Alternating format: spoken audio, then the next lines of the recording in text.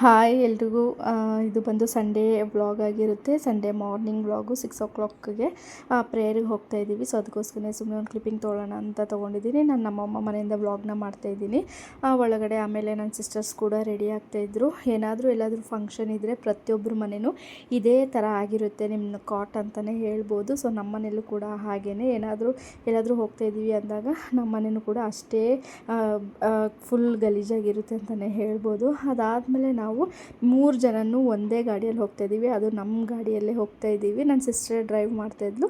So ನಾನು ಹಾಗೆ ಸುಮ್ಮನೆ ವೀಡಿಯೋ ಕ್ಲಿಪ್ಪಿಂಗ್ನ ತೊಗೊಂಡಿದ್ದೀನಿ. ಬೆಳಗ್ಗೆ 6 o'clockಗೆ ಅಲ್ವಾ, 6:30ಗೆ ಇರೋದು ಪ್ರೇಯರು. ಸೊ ನಾವು 6 o'clockಗೆ 6:15 ಹಾಗೆ ಮನೆ ಬಿಟ್ವಿ. ಅದಾದಮೇಲೆ ಬರೋಷ್ಟರಲ್ಲಿ ಸಿಗ್ನಲ್ ಬಿಟ್ಟಿತ್ತು. ಅದಾದಮೇಲೆ ನಾವು ಸಿಗ್ನಲ್ನ ಪಾಸ್ ಆಗಿಬಿಟ್ಟು ಹೋಗ್ತಾಯಿದ್ದೀವಿ. ಬೆಳಗ್ಗೆ ಹೊತ್ತು ರೈಡ್ ಮಾಡ್ಕೊಂಡು ಹೋಗುವಾಗ ಆ ಒಂದು ಫೀಲೇ ಬೇರೆ ಅಂತಲೇ ಹೇಳ್ಬೋದು. ತುಂಬಾ ಕೂಲಾಗಿರುತ್ತೆ, ತುಂಬಾ ಒಂಥರ ನೆಮ್ಮದಿ ಸಿಗುತ್ತೆ ಅಂತಲೇ ಹೇಳ್ಬೋದು. ಇನ್ನು ಈ BL ರೋಡ್ ಅಂತೂ ಕೇಳಬೇಕಾ, ಫುಲ್ ಗ್ರೀನರಿ ನೋಡ್ತಾ ಇದ್ದೀರಲ್ವ, ಎಷ್ಟು ಅದ್ಭುತವಾಗಿ ಕಾಣಿಸ್ತಾ ಇದೆ ಅಂತ ಹೇಳಿಬಿಟ್ಟು ನೋಡೋದಕ್ಕೆ 2 ಕಣ್ಣೇ ಸಾಲ್ತಿಲ್ಲ. ಬಟ್ ರಿಯಲಾಗಿ ನೋಡ್ತಾ ಇರುವಾಗ ತುಂಬಾ ಸಖತ್ತಾಗಿ ಕಾಣಿಸ್ತಾಯಿತ್ತು. ವೀಡಿಯೋದಲ್ಲಿ ನಿಮಗೆ ಹೇಗೆ ಕಾಣಿಸ್ತಿದೆ ಅಂತ ನನಗೆ ಗೊತ್ತಿಲ್ಲ. ಅದಾದಮೇಲೆ ಸನ್ರೈಸ್ ಕೂಡ ಆಗ್ತಾಯಿತ್ತು. ನೋಡೋಕ್ಕೆ ಸಕ್ಕತ್ತಾಗಿ ಕಾಣಿಸ್ತಾ ಇತ್ತು. ಅಷ್ಟೊಂದು ಕ್ಲಾರಿಟಿಯಾಗಿ ಬಂದಿಲ್ಲ, ಬಟ್ ಎಷ್ಟಾಗುತ್ತೋ ಅಷ್ಟನ್ನು ನಾನು ಕ್ಲಿಪ್ಪಿಂಗ್ನ ತೊಗೊಂಡಿದ್ದೀನಿ. ಎಲ್ಲೂ ಹೋದ್ರೂ ಸಿಗ್ನಲ್ ಮಾತ್ರ ನಮಗೆ ಸಿಗ್ನಲ್ ಬರ್ತಾನೇ ಇತ್ತು ಅಂತಲೇ ಹೇಳ್ಬೋದು. ಸೊ BL ಬ್ರಿಡ್ಜ್ ಮೇಲೆ, ಹೆಬ್ಬಾಳ್ ಬ್ರಿಡ್ಜ್ ಮೇಲಿಂದ ಹೋದ್ವಿ. ಫೈನಲಿ ನಾವು ಚರ್ಚ್ಗೆ ರೀಚ್ ಆದ್ವಿ. ನನ್ನ ಸಿಸ್ಟ್ರು ಗಾಡಿ ಪಾರ್ಕಿಂಗ್ ಆಲ್ರೆಡಿ ನೋಡಿ ಎಷ್ಟು ಪಾರ್ಕಿಂಗಿಗೆ ಗಾಡಿಗಳು ನಿಂತಿದೆ ಅಂತ ಹೇಳಿಬಿಟ್ಟು. ಸೊ ನಿಮಗೆ ಪ್ರೇಯರ್ ಮುಗಿದಾದ್ಮೇಲೂ ಕೂಡ ಒಂದು ಕ್ಲಿಪ್ಪಿಂಗ್ನ ಹಾಕಿರ್ತೀನಿ. ನೀವು ಎಷ್ಟು ಕ್ರೌಡ್ ಇದೆ ಅಂತ ನೋಡ್ಬೋದು. ಚರ್ಚ್ ಮುಗಿಯೋಷ್ಟರಲ್ಲಿ ತುಂಬಾ ಕ್ರೌಡ್ ಇರುತ್ತೆ. 3 ಸರ್ವಿಸ್ ನಡೆಯುತ್ತೆ. ಆ 3 ಸರ್ವಿಸಲ್ಲಿ ಫಸ್ಟ್ ಸರ್ವಿಸಲ್ಲೇ ಜನಗಳು ತುಂಬಿಕೊಂಡಿರ್ತಾರೆ ಅಂತಲೇ ಹೇಳ್ಬೋದು. ಇದು ಬಂದು ಯಾರ್ಯಾರು ವಿಕ್ಟ್ರಿ ಇಂಟರ್ನ್ಯಾಷನಲ್ ಚರ್ಚ್ಗೆ ಬರ್ತೀರಾ, ಪ್ಲೀಸ್ ಕಮೆಂಟ್ ಸೆಕ್ಷನಲ್ಲಿ ಕಮೆಂಟ್ನ ಹಾಕಿ ವಿಕ್ಟ್ರಿ ಚರ್ಚ್ ಅಂತ ಹೇಳಿಬಿಟ್ಟು. ಸೊ ನೋಡ್ತಾ ಇದ್ದೀರಲ್ವ, ಇವಾಗ ಇಷ್ಟು ಜಾಗ ಸ್ಪೇಸ್ ಇದೆ. ಸೊ ಅದಾದಮೇಲೆ ಪ್ರೇಯರ್ ಮುಗಿದ್ಮೇಲೆ ನೋಡ್ತಾ ಇದ್ದೀರಲ್ವ ಎಷ್ಟು ಕ್ರೌಡ್ ಆಗಿದೆ ಅಂತ ಹೇಳಿಬಿಟ್ಟು. ನನ್ನ ಸಿಸ್ಟ್ರು ಗಾಡಿ ತರಕ್ಕೆ ಹೋಗಿದ್ದಾಳೆ. ಸೊ ನಾವು ಅದಕ್ಕೋಸ್ಕರ ವೆಯ್ಟಿಂಗ್ ಮಾಡ್ತಾಯಿದ್ದೀವಿ. ಜಾಗನೇ ಇರಲ್ಲ. 3 ಸರ್ವಿಸು ಕೂಡ ಇದೇ ಥರ ರಶ್ಶಲ್ಲೇ ಇರುತ್ತೆ ಅಂತಲೇ ಹೇಳ್ಬೋದು. ಸೊ ಅದಾದಮೇಲೆ ನನ್ನ ಸಿಸ್ಟ್ರು ಮತ್ತೆ ಡ್ರೈವ್ ಮಾಡ್ತಾಯಿದ್ಲು. ಅವಳು ಹೆಲ್ಮೆಟ್ ಹಾಕಿದ್ಲು ಅಂತ ಹೇಳಿಬಿಟ್ಟು ನಾನೊಂದು ಕ್ಲಿಪ್ಪಿಂಗ್ನ ತೊಗೊಳ್ತಾ ಇದ್ದೆ. ಯಾಕಂದರೆ ಪೊಲೀಸರು ಎಲ್ಲಿ ಹಿಡಿತಾರೆ ಅಂತ ಅಂದ್ಬಿಟ್ಟು. ಯಾಕಂದರೆ 3 ಜನ ಹೋಗ್ತಾಯಿದ್ದೀವಲ್ವ, ಅದಕ್ಕೋಸ್ಕರನೇ ನಾನು ಸುಮ್ಮನೆ ಒಂದು ಕ್ಲಿಪ್ಪಿಂಗ್ ಇರಲಿ ಅಂತ ತೊಗೊಂಡಿದ್ದೀನಿ. ಅದಾದಮೇಲೆ ಅವಳು ಕೂಡ ಹಾಯ್ ಗೈಸ್ ಅಂತ ಹೇಳ್ಬಿಟ್ಟು ವೀಡಿಯೋಗೆ ಫೋಸ್ ಕೊಡ್ತಾಯಿದ್ಲು. ಅದನ್ನು ಕೂಡ ಕ್ಲಿಪ್ಪಿಂಗ್ನ ತೊಗೊಂಡೆ. ಭಯ ಆಗುತ್ತೆ, ಏನಕ್ಕಂದರೆ 3 ಮೆಂಬರ್ಸ್ ಹೋಗ್ತಾಯಿದ್ದೀವಲ್ವ, ಅದಕ್ಕೋಸ್ಕರನೇ. ಬರ್ತಾ ನಮಗೆ ಹೊಟ್ಟೆ ಹಶ್ವಾಗಿತ್ತು ಅಂತ ಹೇಳಿಬಿಟ್ಟು ನಮ್ಮ ಸಿಸ್ಟ್ರು ಏನಾದರೂ ಬ್ರೇಕ್ಫಾಸ್ಟ್ ತಿನ್ಕೊಂಡು ಹೋಗೋಣ ಅಂತ ಹೇಳಿಬಿಟ್ಟು ಕದಂಬಕ್ಕೆ ಬಂದ್ವಿ. ಸೊ ಕದಂಬ BL ಇರೋದಲ್ವ, ಸೊ ಅಲ್ಲಿ ಬಂದು ಏನಾದರೂ ತಿನ್ನೋಣ ಅಂತ ಹೇಳಿಬಿಟ್ಟು 3 ಜನನೂ ಬೇರೆ ಬೇರೆ ವೆರೈಟೀಸ್ನ ತೊಗೊಂಡಿದ್ದೀವಿ.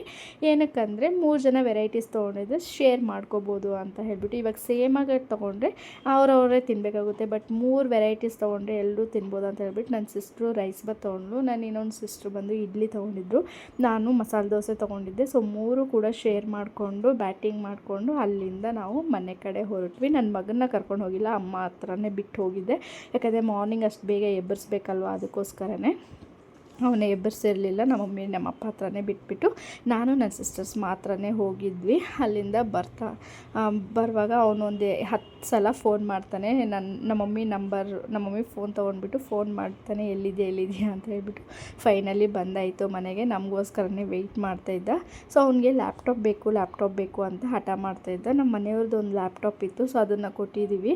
ನೋಡಿ ಅವ್ನು ಯಾವ ರೀತಿ ಲ್ಯಾಪ್ಟಾಪ್ನಲ್ಲಿ ಇದು ಮಾಡ್ತಾಯಿದ್ದಾನೆ ಅಂತ ಹೇಳ್ಬಿಟ್ಟು. ಎಲ್ಲ ಫೋನ್ ನೋಡಿ ಈ ಲ್ಯಾಪ್ಟಾಪ್ ಒಂದು 2-3 ದಿವಸ ಬಿಟ್ಟೇ ಇಲ್ಲ ಅವನು, ಅಷ್ಟು ಆ ಲ್ಯಾಪ್ಟಾಪ್ ಜೊತೆಗೆ ಇದ್ದ. ನಾನು ಕೆಲಸ ಮಾಡಬೇಕು ಅಂತ ಹೇಳ್ಬಿಟ್ಟು. ನೀವು ಲಾಸ್ಟ್ ವೀಡಿಯೋದಲ್ಲೂ ನೋಡಿರ್ಬೋದು ಅವ್ನು ಲ್ಯಾಪ್ಟಾಪ್ ಇಟ್ಕೊಂಡು ಕೆಲಸ ಮಾಡೋದನ್ನ.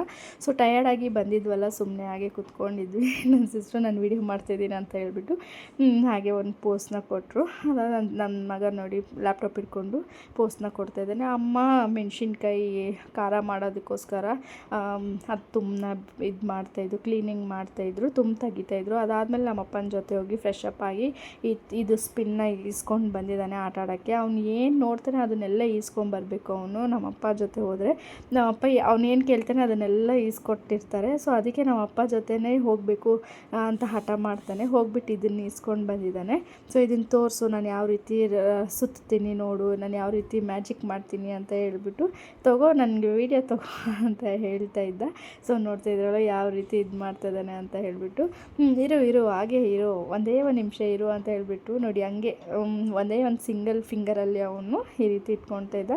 ಮಧ್ಯಾಹ್ನ ಊಟ ಎಲ್ಲ ಮುಗಿಸ್ಕೊಂಡು ನಾನೇ ಚಿಕನ್ ಸಾಂಬಾರು ರೈಸು ಮತ್ತು ಪರೋಟ ಮಾಡಿದ್ವಿ.